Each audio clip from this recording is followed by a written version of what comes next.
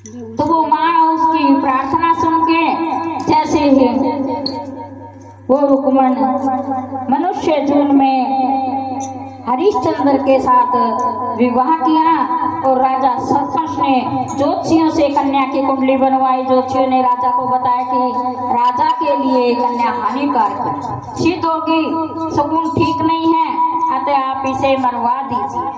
राजा बोले लड़की को मारने का पाप बहुत बड़ा है, मैं उस पाप का भागी नहीं बन सकता।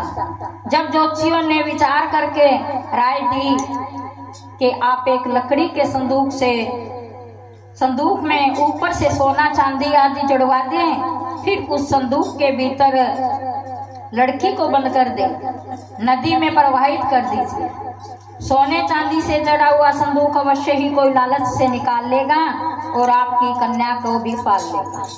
आपको किसी भी प्रकार का पाप ना लगे, ऐसा ही किया गया और नदी में बहा दिया गया।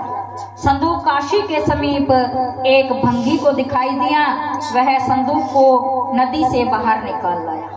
उसने जब संदूक खोला तो सोने चांदी का अतिरिक्त अत्यंत ही रूपवान सुंदर कन्या दिखाई दी। उस भंगी के कोई संतान नहीं थी। जब उसने अपने अपनी पत्नी को कन्या ला कर दी तो पत्नी की खुशी का ठिकाना नहीं रहा। उसने अपनी संतान के समान ही उस बच्ची को छाती से लगा लिया और माँ भगवती की कृपा से उसकी छाती से दूध निकल आया। बोलो जगदम्बा भवानी माता तेरी सराय जय।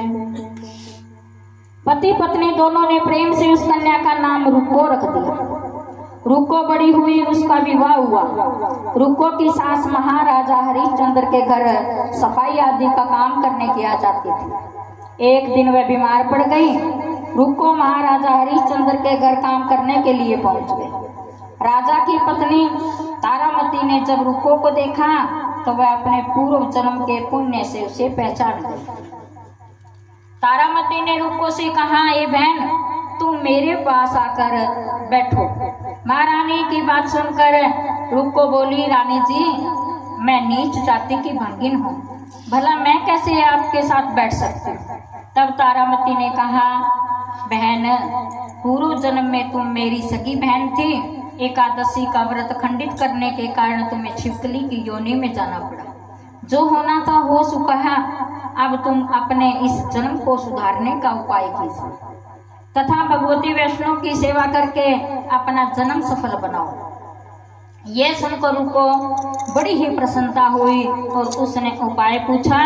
रानी ने बताया कि वैष्णव माता सब मनोरथों को पूर्ण करने वाली हैं। जो लोग श्रद्धा पूर्वक माता का पूजन व जागरण करते हैं, उनकी सभी मनोकामना पूर्ण होती है। बोलो मनोकामना पूर्ण करने वाली माता तेरी सदाई जय।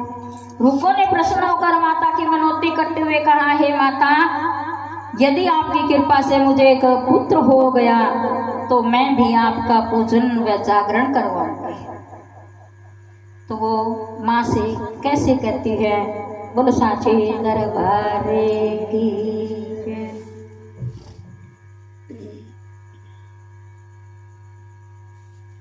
बोलो जगदम्बा भवानी माता तेरी सदाई जय।